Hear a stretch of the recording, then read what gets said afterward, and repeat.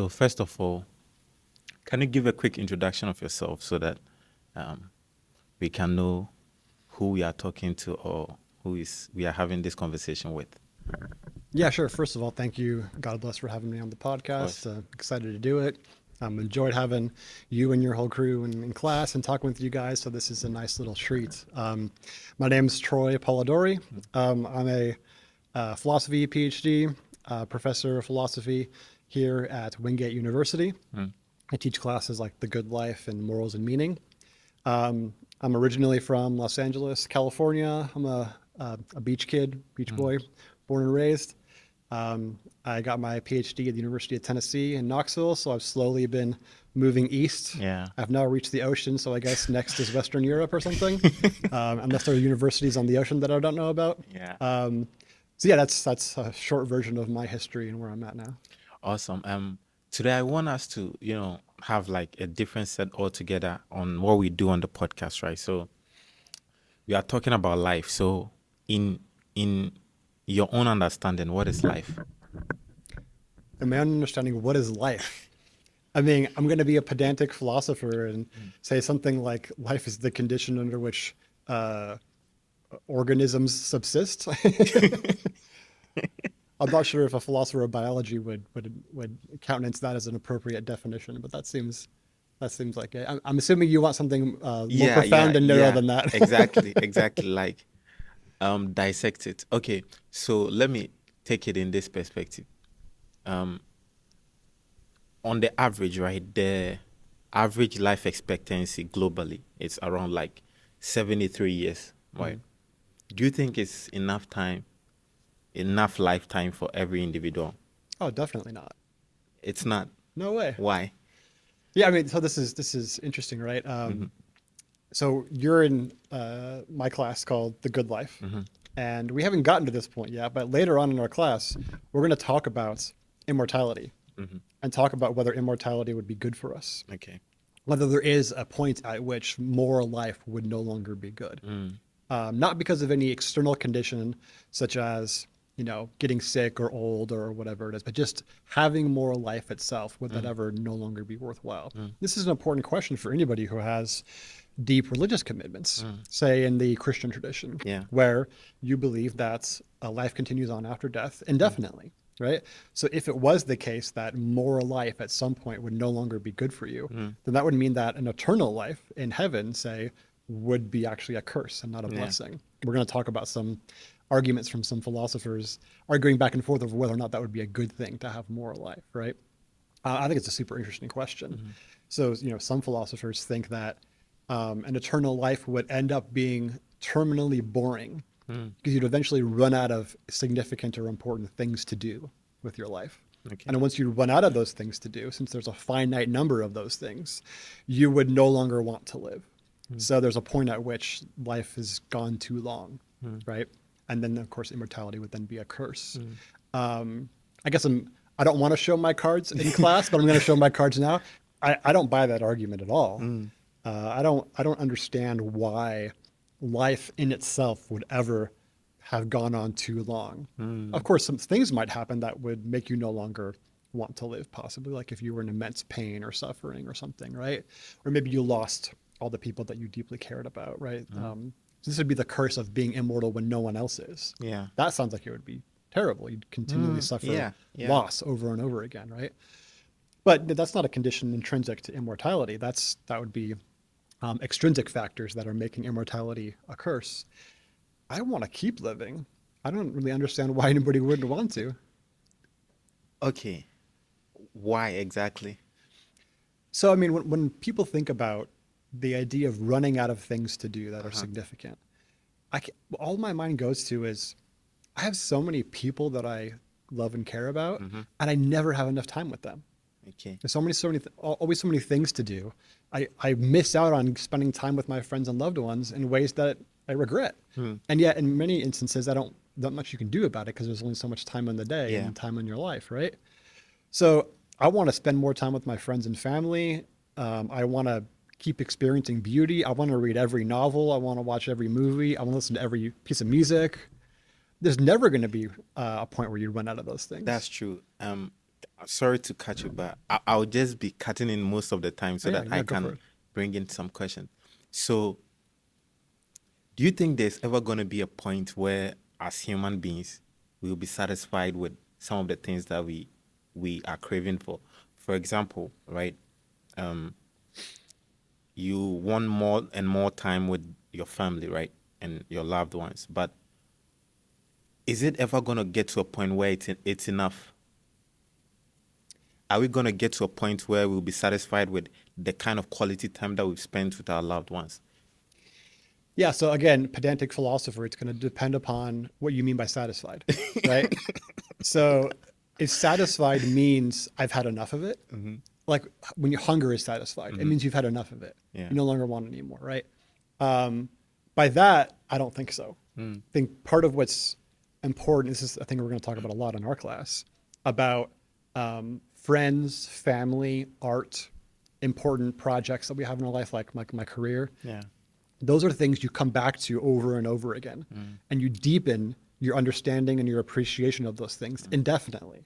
People especially, right? There's Yeah. never a point at which my close friends and loved ones in my family where I'm like, yeah, I know everything there is to know about you. Like I've done everything there is Mm. to do with you, right? That never happens with people you love, right? Mm.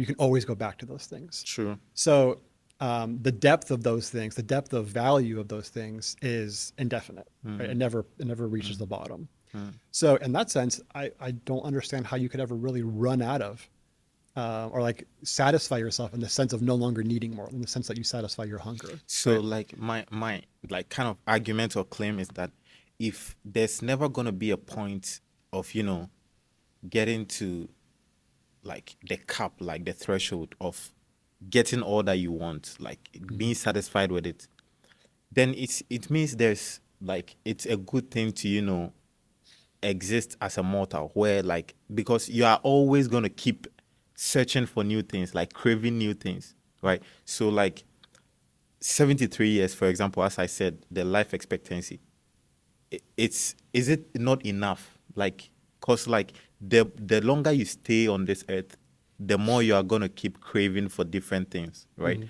Probably the things that were common like 50 or 60 years ago, now it's different, right? Looking at the way AI and everything is changing the world now, you might be having just new cravings over and over again. So isn't it just enough to at some point to just exit this earth? Because like it's just gonna be you kind of constantly feeding yourself with something, but you don't actually get to a point where you have all that you need.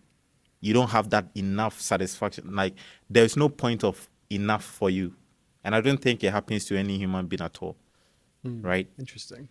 Is there a time that you think human beings will be satisfied with everything?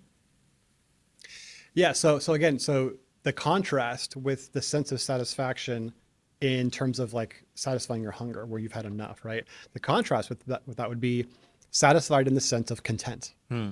right? I'm happy with how things are going, meaning Hmm. they don't need to change or Okay. something like that, right? That's a different sense of satisfaction, I would think, right? And I do think it's important that we reach that level in our lives, at least at some points. It's probably not good to always be at that level because sometimes things do need to change, right? And if you're content or you're satisfied and things aren't good, then that seems like an inappropriate emotional response to those things or cognitive response to those things, right? Yeah. But suppose like you can imagine somebody who has good relationships, people who love them, has a bunch of hobbies and projects they care about, Hmm. and has a good life. Things are going well for them, right? But then they're deeply unsatisfied and they like leave all those things to because they crave something new. That seems kind of unhealthy, right? Yeah. So like what like my perspective is not like you not being content with like some of the things that you have, like material things and other things, but Mhm. things like quality time with your family. Do you think we are gonna get enough of it as like human beings? So get enough of it in the sense that we don't like in the sense of satisfying Yeah, hunger, like like we're done. yeah, we are done. Like we're done. Yeah. I can shuffle off this mortal coil. I don't need it anymore. Right?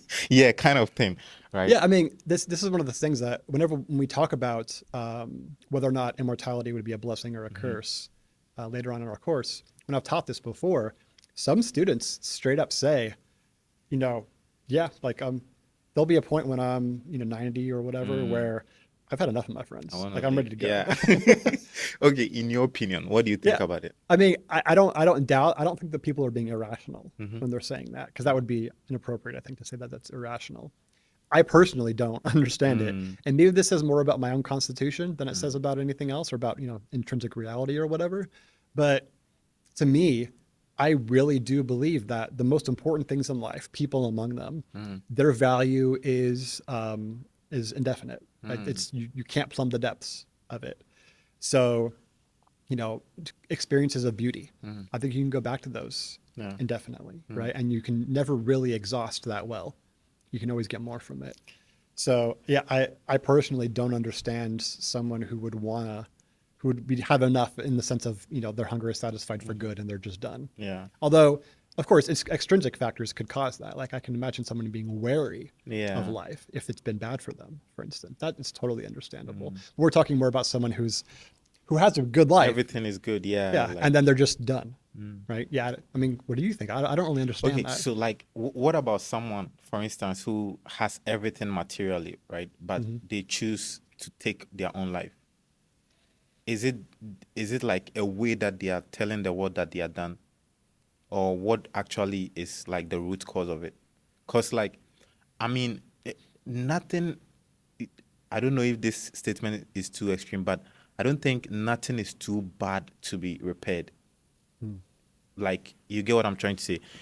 Whatever you are going through, whatever situation that you are in life, I don't think there's a point where it is irrecoverable. Like, you can't turn your life 180 degrees around, right? So if a person gets to a point where they literally want to take their own life, want to cease to exist from this earth, then it means probably they are satisfied with something. They are just done with life. Hmm. What do you think about that? Yeah, I mean, so I have two thoughts about this initially. One is, yeah, in the case that you're presenting, where it's someone who has abundance in terms of material Yeah. possessions, right? But they're dissatisfied with those things, Mm, and so they find life to be wanting and no longer worth living. I mean, that sounds to me deeply tragic and mm, sad, because I think I agree with you here. That's fixable. mm. What's wrong with this person is they don't know how to value things right. Sure. Right? They don't understand that there's a difference between the value of material possessions and the value of people and art and important projects and things like that. Mm, These are the things are inexhaustible. You can go back to them over and over again, and they continually reveal their value to you, especially people. Whereas, a Lamborghini is nice for a while, right? yeah. But then that it gets exhausted. You don't care about it anymore after a certain True. amount of time. Yeah. So the fact that this person doesn't care about anything anymore makes sense. Although it's sad that they've made some mistake in valuation in their life, right? But then I'm also wondering, have you ever read the book or heard of it, Sophie's Choice? No.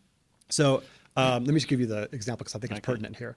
So Sophie was this mother of two children, and she was during the time of the Holocaust and Nazi Germany, and she and her two children were taken by the Nazis Mm, and put into a concentration camp. And a Nazi guard comes to them and tells them, "We're going to we're going to send one of your children to the gas chamber mm, and kill them, but you get to choose mm. which one goes." Yeah.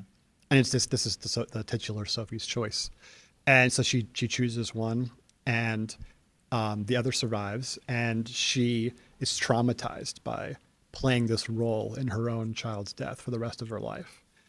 And not to, I guess I'm spoiling this for anybody who's watching, but she decides life isn't worth living anymore because Mm, this trauma haunts her forever and she can't get away from it. And so she ends her life.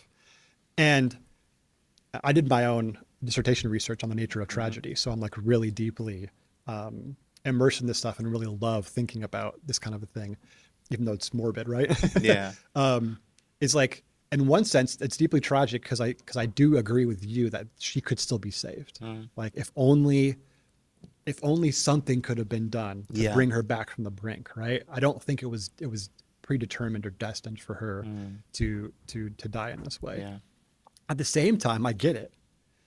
Like it seems to me like there are some things that can happen to you in life that are Mm, so deeply person destroying that it would be hard. It would be so hard to come back from those things, Mm. right? Like the loss of your child in such a terrible way, I think would be Yeah. an example of that.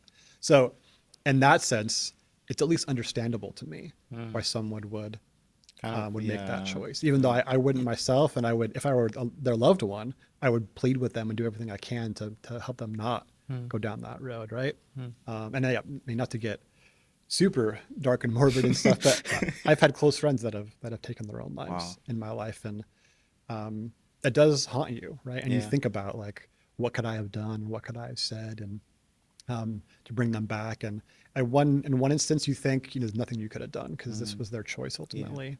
And in another, you think, no, there's still stuff that's worth living for, Mm. and they kind of made a mistake, Mm. I think. Yeah. Yeah, so it's tough. That makes sense. Like, Yeah. Yeah. there's a difference between the person who has all the material possessions in the Mhm. world and decides life isn't worth living, and the person who decides life isn't worth living because they loved so much and lost. Mm. Right. Wow. That's a very beautiful one. Talking about like life and everything, what do you think is can I say, some of the most important things in life, the cardinal pillars in life, things that are worth pursuing in life? Because, some of the things that we chase right now in the next decade or so, they might vanish, right? Hmm. The things that we are pursuing right now, especially young people in our youthful ages, they don't persist, honestly. So, what do you think, in your own way, are the most important things in life? Yeah, I mean, that's obviously a huge question. Mm. The first answer to that question is always going to be, I wish I knew, right? If I knew, I'd be the wisest person in the world, right? So true. So intellectual humility, I think, is important. Like, we only have maybe scratched the surface on that Wow. kind of a question, right? Wow. But still, there's some things to say about it. Sorry, I Go want ahead. us to digress a little bit because we will come back to this Okay. like important thing, but like something just came in mind. I asked this question, and then we will come back to what I was asking. When it comes to knowledge, right? Is there like a threshold of knowledge that every single person at least must know, right, to help them live like a meaningful life? And then, Hmm. is there a cap to which you cannot exceed, or we are not supposed to exceed as human beings? Of knowledge. Yeah, of knowledge. Yeah, that's interesting. Um, I asked Aiden the same question, and he said the same thing. yeah, because it makes me automatically think of like, do I know anybody who knows too many things? Mm. Yes, but I'm academic, so of course I do, right? Mhm. Um, yeah. So my Should first, I give you my answer? So, yeah, you give like, your answer first. Yeah. this is what I said. I said, I don't know about the basic quota that every individual should know, right? Mhm. That one is kind of relative or due to perspective. But like, I think for our own safety, right, there is a certain threshold of knowledge that we are not supposed to exceed. In fact, I think that's the main reason why, you know, we forget some things, right, for Mhm. our own safety. You Mm. get it? So even though we can explore much, we can learn enough, but like there's a point where we are not supposed to exceed. Yeah, it's really interesting. So like Nietzsche said that something like forgetfulness is one of nature's greatest mercies. Mm. And I think it's definitely true that it's good, not that we forget individual things. I wish I didn't forget some things, Mm. but that we generally don't have all of our memories immediately aware to us, Mm. right? That would be a curse, actually. Just think about every embarrassing thing you've ever done, and it's like right there in your mind, as if you had just done it all the time. It would be horrible, right? Yeah. Or imagine if every little slight that a loved one or a friend said to Mhm. you was like right there in your ear, Mm. right? That would be horrible. What about the bad words that people told you? Yeah, right. Like, Oh, have you ever watched the show Black Mirror? no. So it's this British show where it's like about technology creating dystopias, and there's one like sci-fi technology they create where you can have a little chip in Hmm. your I guess it's in your brain, and you can control it with a little button or something on your Hmm. head, and you can replay all of your memories Mm. immediately. And so the story is about this couple, and they're getting into an argument, Mm. and then they're saying that you said this, no, you said this. Well, let's replay it. And so they replay their memories, and it just destroys them. My goodness. And it makes me think like, that's true, right? Yeah. If we could do that, it'd be horrible for us. Very horrible, right? honestly. So yeah, I definitely agree that it's Yeah. good that we forget things. Yeah. That said, so about knowledge, Mm. what strikes me about some of the reflections that you just shared is maybe it's not so much how much knowledge we have, but what we think the value of the knowledge is. So like you're talking about someone who's extremely prideful, right? Mm-hmm. I know I'm an academic. I know people like this who use their knowledge to lord over other people. True. And as a source of thinking they're superior to other people, right? And so you can tell when they like belittle other people for not knowing something, Yeah. or they only ever pursue knowledge they think will grant them some superior social status or something like that, right? And that seems to me like, one, it's going to make you miserable, right? And also is a misapprehension of the value of knowledge. Like knowledge is clearly instrumentally valuable for some things. Like it's good to know how to change the oil in your car so you don't have to pay to get your Yeah. oil changed, Yeah. right? Not that I could do that. It would be good though if I could. But it's also sometimes good to just know things for their own sake. I mean, anybody who's an academic or has any intellectual curiosities Yeah. understands this, right? You just want to know things for the sake of For knowing the sake them. of knowing, yeah. Yeah. Yeah. And that seems to me like if you had that perspective on the value of knowledge, then there probably isn't an upper limit to what would be good for you, as long as you kept that perspective. Okay. The problem might come when you start using that knowledge for something that's vicious or immoral or for something other than valuing it for its own sake, like the person who lords it over people. Yeah. After digressing, let's return to our main question, right? So, what are the important things in life in your own understanding?